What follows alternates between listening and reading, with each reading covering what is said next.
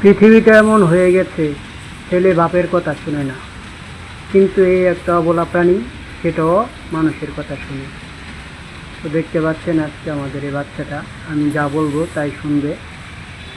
যদি বলি উঠ উঠবে, যদি বলি বস বসবে। দেখুন,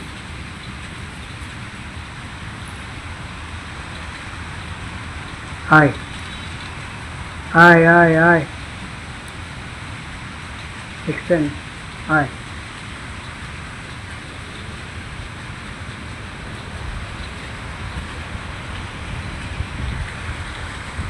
এই হলো পৃথিবী।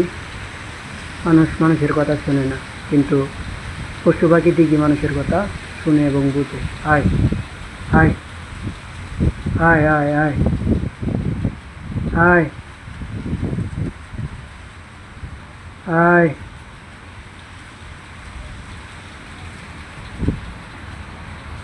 দেখলেন তো? অবশ্যই আপনাদের খামারের গরুকে আদর করবেন।